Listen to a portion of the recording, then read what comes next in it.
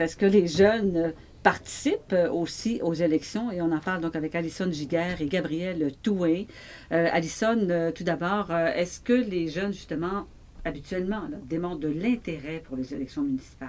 Eh bien, si on se fie aux dernières élections en 2013, à Québec, il y avait 34 des citoyens de 18 à 30 ans qui sont allés voter. Donc ça, c'est une personne sur 3 et c'est assez faible. Et à Saguenay aussi, c'est une problématique parce que nous n'avons pas de statistiques très précises, mais on soutient qu'il y aurait entre 30 à 35 des jeunes qui votent ici aussi. On a parlé à Patrick Lemieux, qui est conseiller aux relations médiatiques de l'Union des municipalités du Québec, et il nous a donné quelques raisons qui expliquent le manque de participation des jeunes aux élections.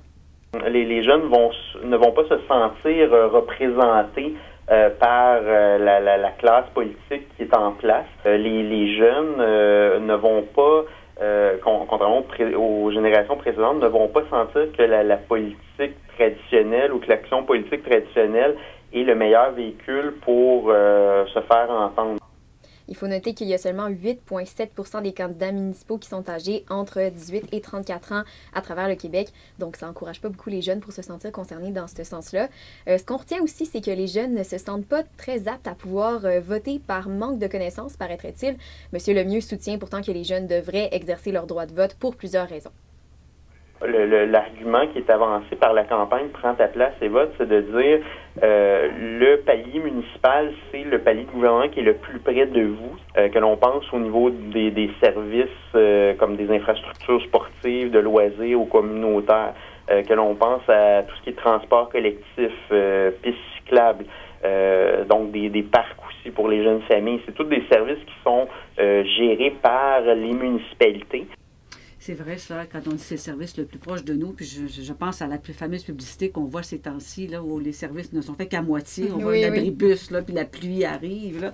Mais comment on pourrait permettre aux jeunes d'acquérir des connaissances politiques, d'en savoir un peu plus? Là? On a parlé à Pierre Turcotte, qui est un enseignant en sciences politiques au Cégep de Jonquière, et lui considère que des cours de politique, ça devrait se donner plus tôt dans le parcours scolaire des jeunes, et ça obligatoirement pour pouvoir avoir accès à des acquis qui sont nécessaires pour pouvoir prendre une décision éclairée lors des élections.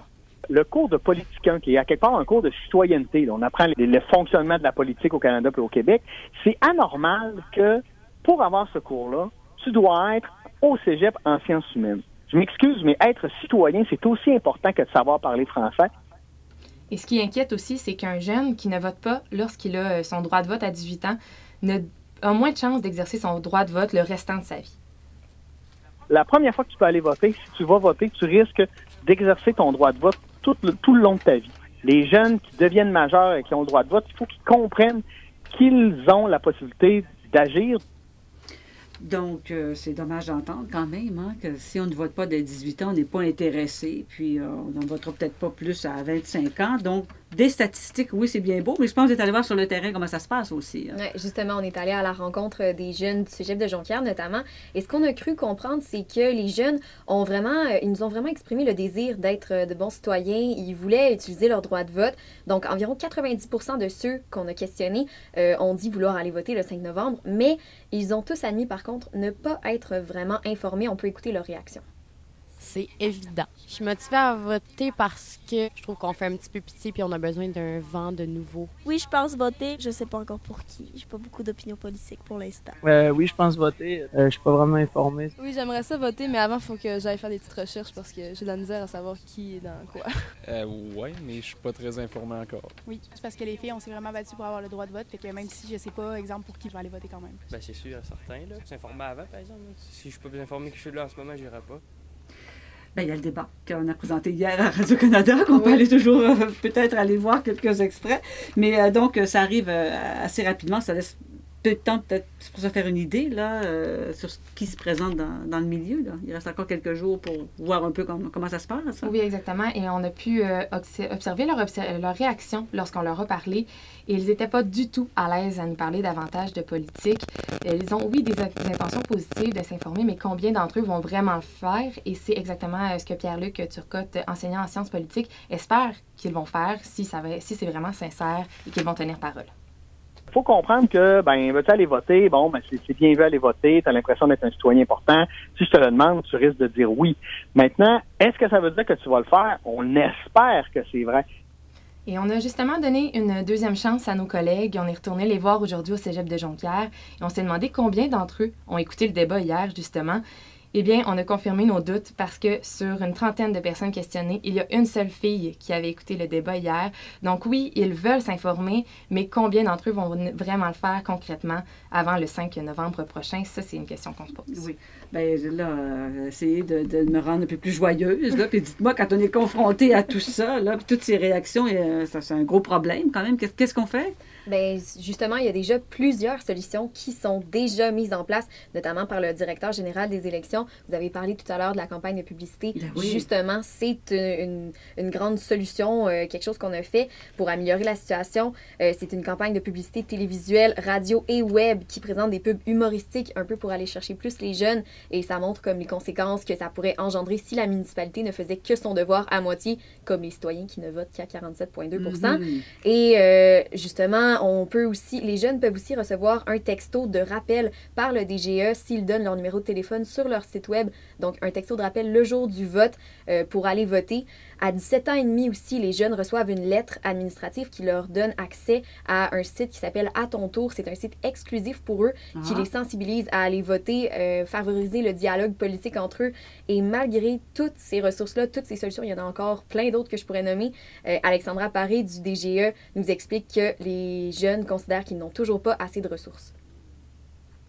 Étrangement, ils trouvent qu'il manque d'informations. Il y a certains jeunes qui vont dire « Ah, moi, j'ai pas la scolarité ou j'ai pas nécessairement...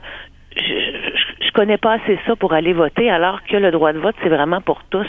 Donc, tout le monde a le droit de vote, peu importe la scolarité ou les connaissances que les jeunes peuvent avoir en politique. Donc, c'est important, je pense, de marteler le message et puis de tenter de leur donner des outils les plus appropriés possibles, là. Avec tout ça, Mme Paré a soulevé l'idée d'une plateforme web que le DGE pourrait présenter dans les prochaines années avec majoritairement les propositions des différents candidats, évidemment de façon neutre et simple, mais elle croit que ça pourrait être une bonne solution dans les années à venir. On regarde ça pour un projet futur. Oui. Écoutez, Alison et Gabriel, merci pour ce reportage. Irez-vous voter alors, hein, Alison? Bien, il faut s'inscrire à la liste électorale, en fait, parce que nous, on est de l'extérieur. Oui. Mais puis aussi, on part en stage très bientôt, donc c'est une question à voir. Mais oui, c'est intéressant à la politique, mais oui. C'est aussi qu'on est dans un contexte scolaire qui s'y intéresse, mais... Un peu loin. À aller voter, un peu loin de la boîte de vote. Gabriel, oui. Même chose aussi, j'imagine. Oui, oui, je pense que c'est pas mal la même réalité qu'Alison, mais je comptais me rendre à... il faut regarder le dimanche 21, 22, 23, 24 pour aller comme s'inscrire à la liste électorale. Bon, il reste encore du temps. Mais merci beaucoup, Alison Giguère, Gabriel Touin. Merci beaucoup. Je rappelle qu'elles sont étudiantes en arts et technologies des médias au Cégep de Jonquière. Et à chaque semaine, on reçoit comme ça 2 étudiantes qui viennent nous présenter le fruit de leur travail. Bien, merci beaucoup. Merci à vous. Au revoir. À la merci. prochaine. Bye-bye. Ah, merci, les filles. Merci à vous. Hey, c'est vraiment le fun. Oui, bon, tant mieux. C'est vraiment le fun. Merci de nous avoir reçus. C'est vraiment gentil.